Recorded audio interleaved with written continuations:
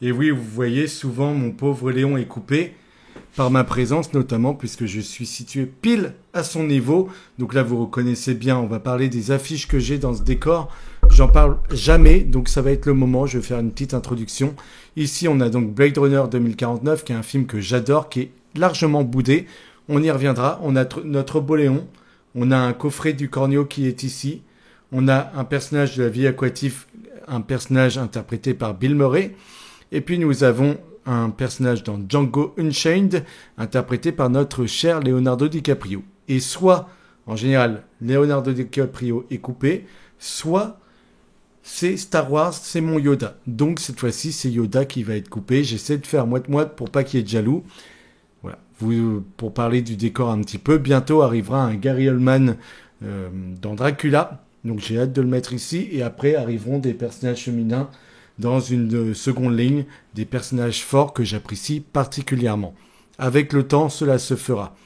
Donc bonjour à tous, bonjour à toutes, vous êtes sur la chaîne Cap 7e Art, c'est Xavier, et aujourd'hui je suis donc là pour vous parler de cinéma, mais pas pour vous parler du cinéma d'actualité, non, pas pour vous parler d'une série qui est d'actualité non plus, mais bien pour vous parler d'un film qui me touche énormément. Je l'avais déjà fait avec quelques minutes après minuit, ou alors son titre américain, son titre original A Monster Calls, un film de Juan Antonio Bayona, pardon.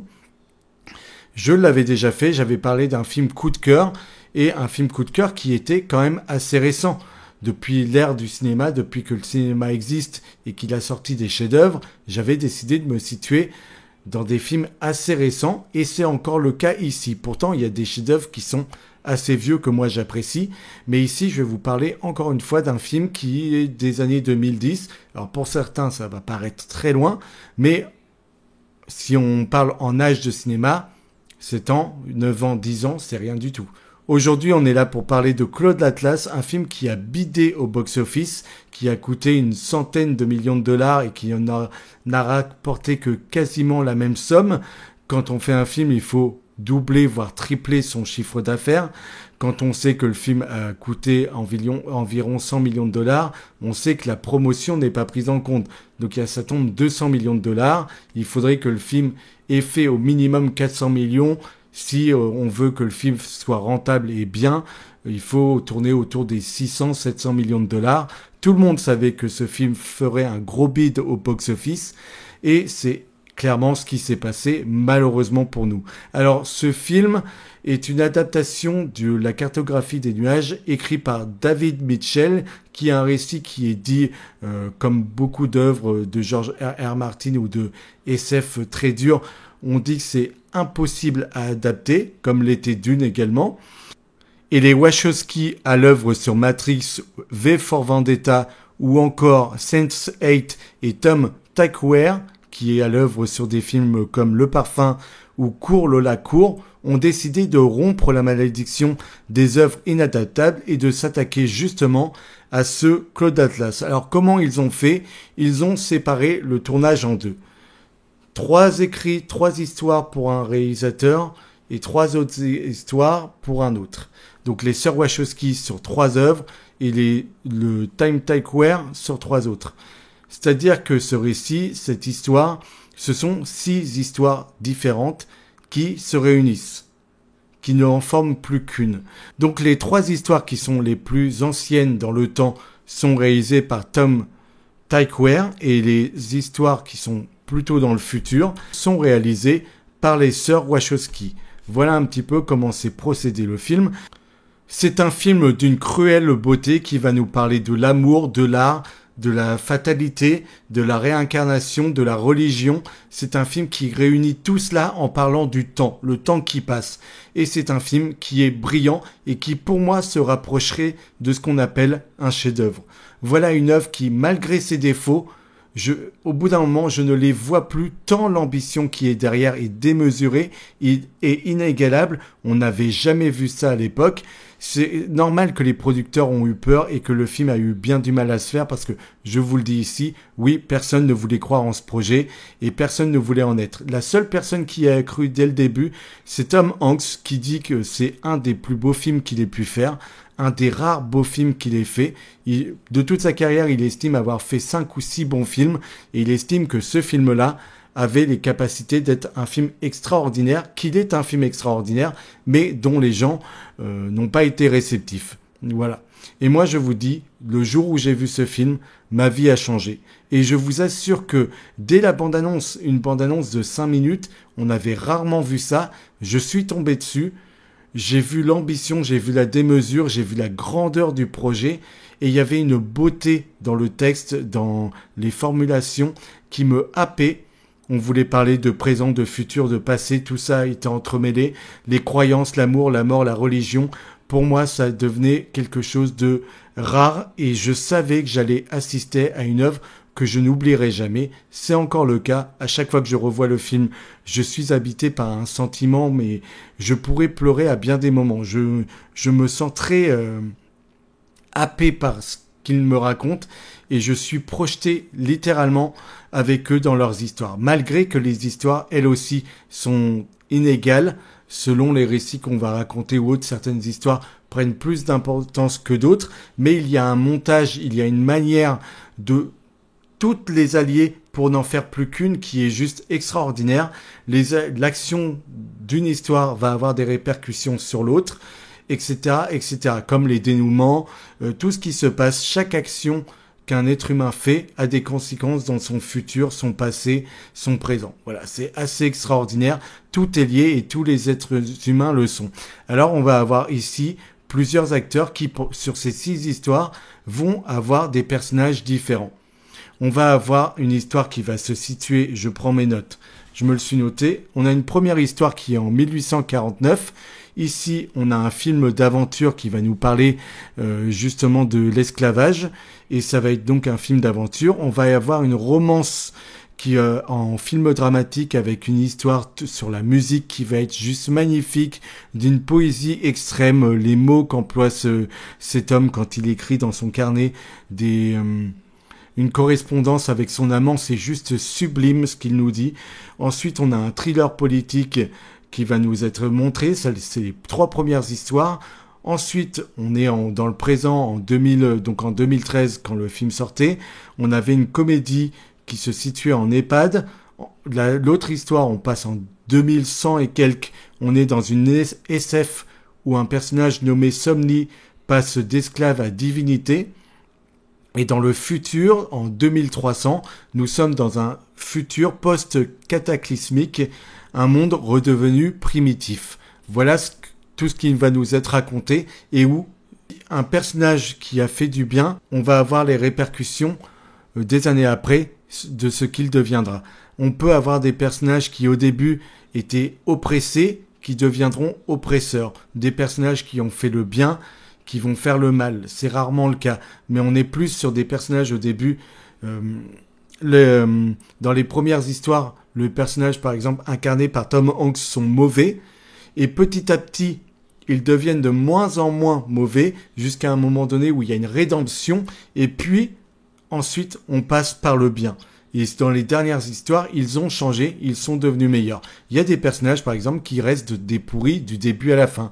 Le personnage d'Hugo Weaving est toujours un pourri de sa première histoire à sa dernière. C'est assez incroyable.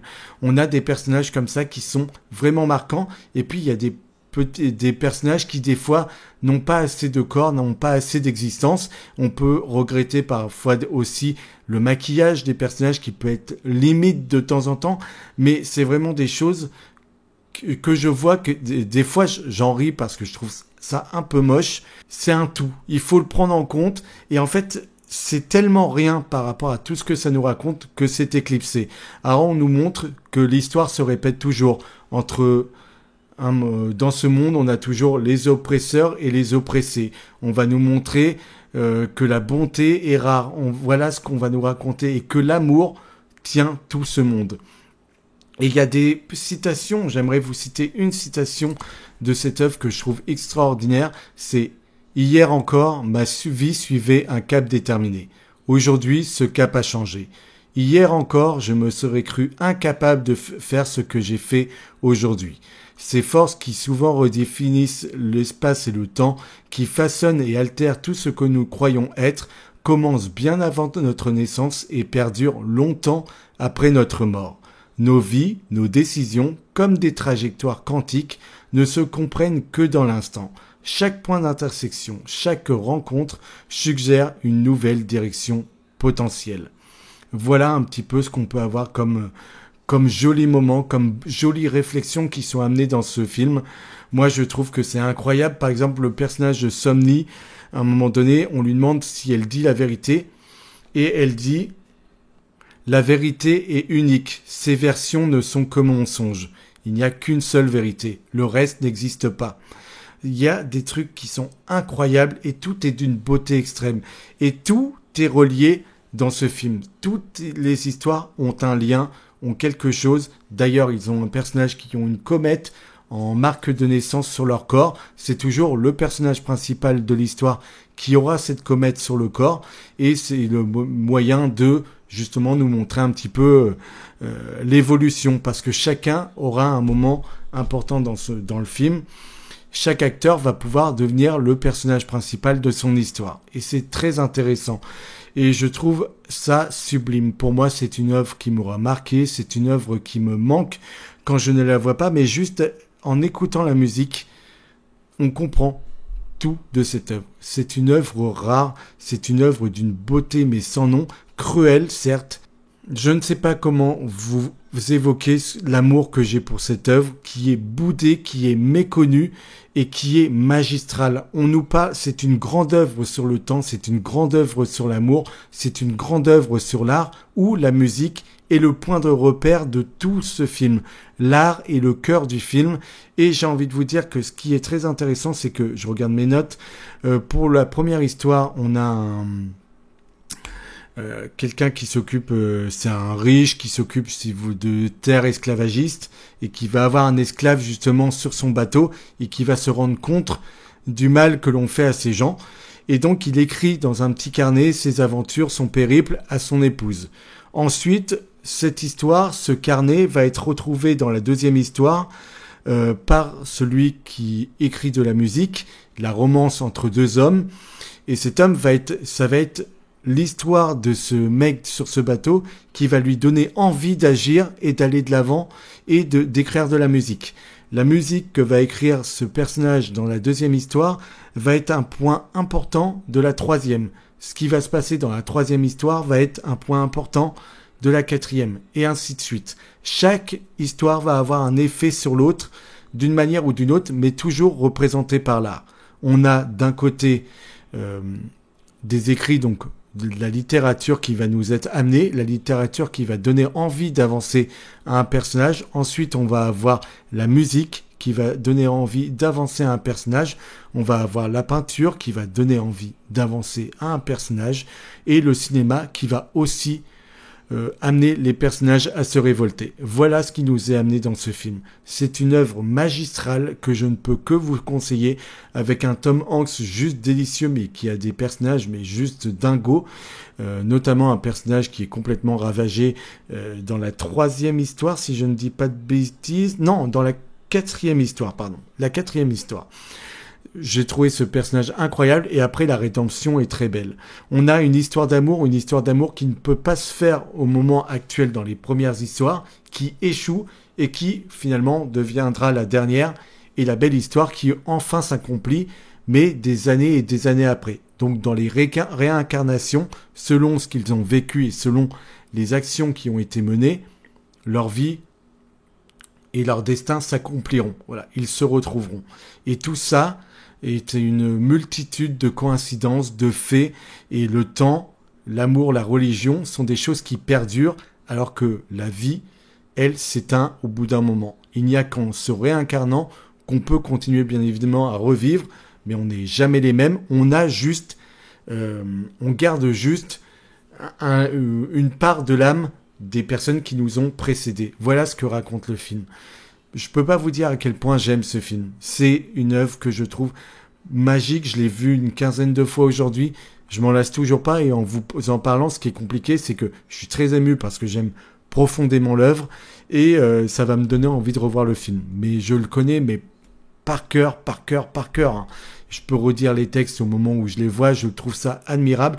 Mais la musique est un point où on se sent habité et on voit elle réunit le tout. Et le montage, je vous l'ai dit, le montage est juste sublime, parfait, très bien exécuté, parce que chaque action de chaque histoire, quand on veut nous montrer les répercussions à un moment donné de chacune, le montage est juste diabolique. Au début, ça va très vite pour nous perdre, et puis petit à petit, on comprend le récit, on arrive à savoir que telle histoire parle de ce personnage ou autre, et puis petit à petit, bon, comme on s'est habitué, après, il va de moins en moins vite et le montage est plus linéaire et moins agressif. Mais au début, il faut que vous rentriez dans les histoires et quitte à vous faire mal, il veut que vous vous impliquiez. Et pour vous impliquer, il est obligé d'être agressif au tout départ.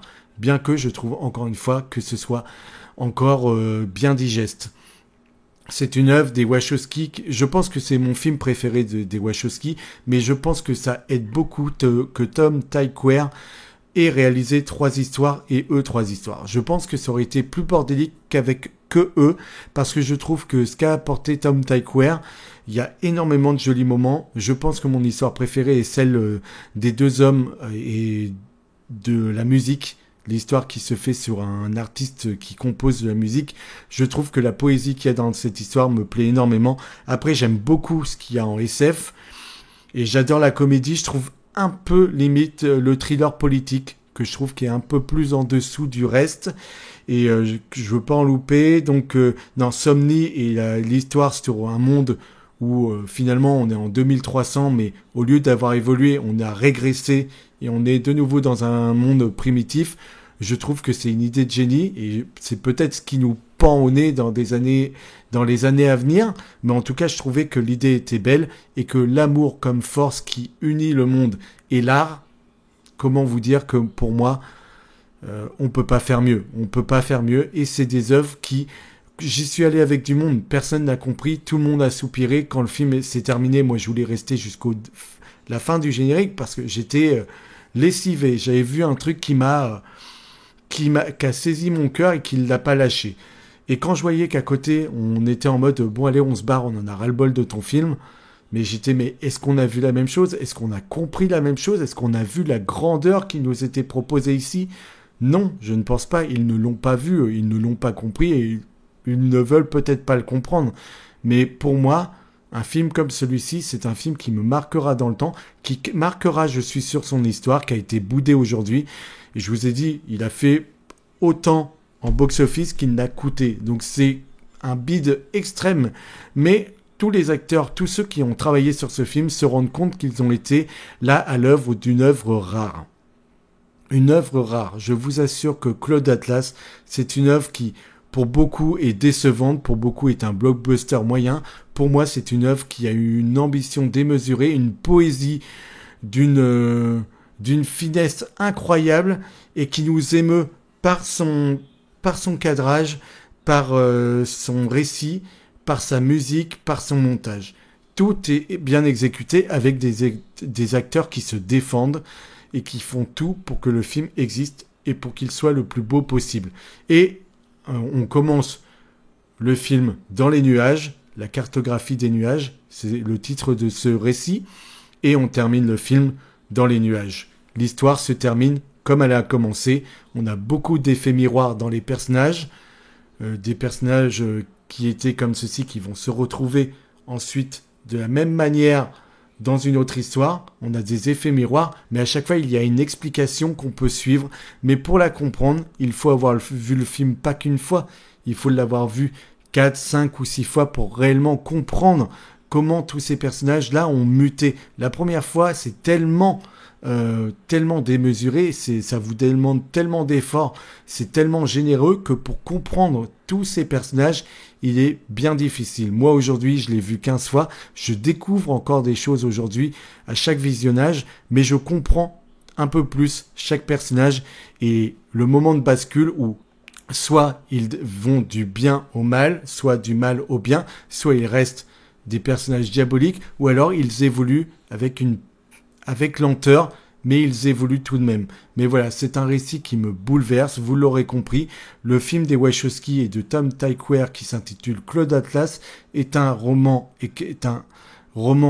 alors on peut le dire, j'ai lu le roman, est un roman juste délicieux, mais c'est un film remarquable. Je pense que c'est une des rares œuvres où j'aime plus le film que je n'aime le livre. J'ai adoré le livre, je suis subjugué par le film. Voilà ce que je peux vous dire.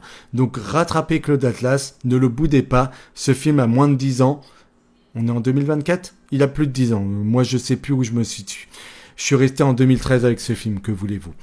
Voilà, c'est une œuvre rare que vous devez rattraper. Ceux qui aiment ce film ou qui n'aiment pas ce film, merci de commenter, de me faire part de vos retours, de me dire pourquoi, qu'est-ce qui fait que vous boudez ce film ou qu'est-ce qui fait que vous l'adorez. Vous me dites tout ça en commentaire. Merci d'avoir été au bout de la vidéo, de m'avoir soutenu, d'être resté jusqu'au bout. Vous pouvez bien évidemment vous abonner pour me donner de la force. Vous pouvez commenter, vous pouvez liker la vidéo. Et on se retrouve bien entendu pour parler de films de séries. Joker arrive, une vidéo sur Zorro arrive aussi et bien d'autres séries. Tenez-vous prêts, je reviens très vite.